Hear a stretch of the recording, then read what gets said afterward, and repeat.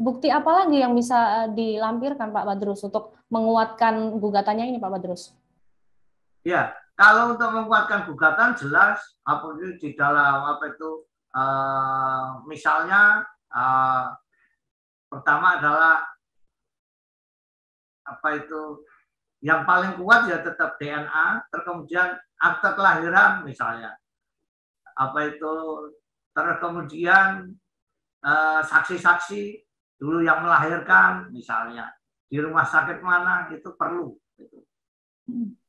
Terus kemudian saksi-saksi yang lain misalnya yang mengantar, dan itu banyak sebenarnya kalau kita perlu ada saksi. Gitu.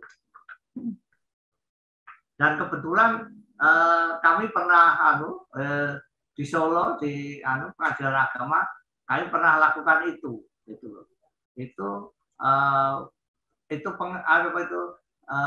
pengakuan anak itu loh.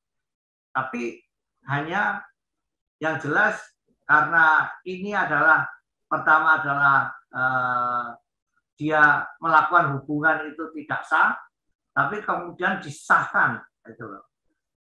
Tidak terkemudian pergi gitu. Terkemudian setelah apa itu hubungan layaknya suami istri, terkemudian betul dia nikah gitu. Nah, nikah terkemudian kalau seperti itu bukti-buktinya juga harus disiapkan betul itu.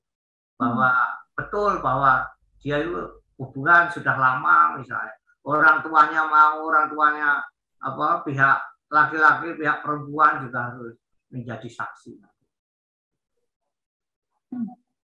Itu Mbak. Ya, baik Pak Badrus. Kemudian Pak Badrus, kita sebenarnya proses tadi kan Pak Badrus mengatakan bahwa pengesahan anak dan juga gugatan pengakuan anak ini bisa dibilang hampir sama gitu. Kemudian prosesnya itu bagaimana Pak Badrus? Prosesnya nanti dibuat secara tertulis Pak. Jadi namanya permohonan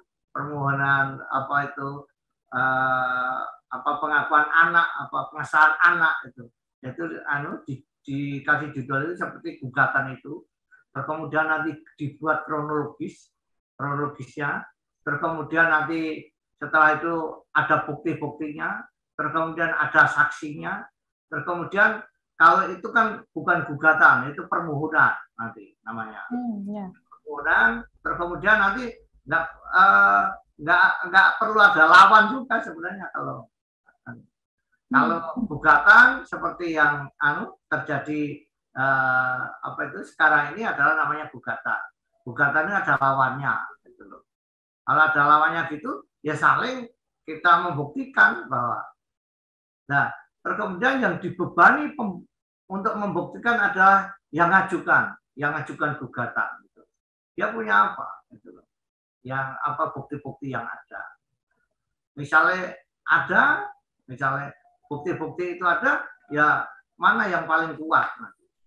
Makanya kemudian kalau pihak tergugatnya juga juga membuktikan bahwa dia tidak pernah hubungan layaknya suami istri misalnya.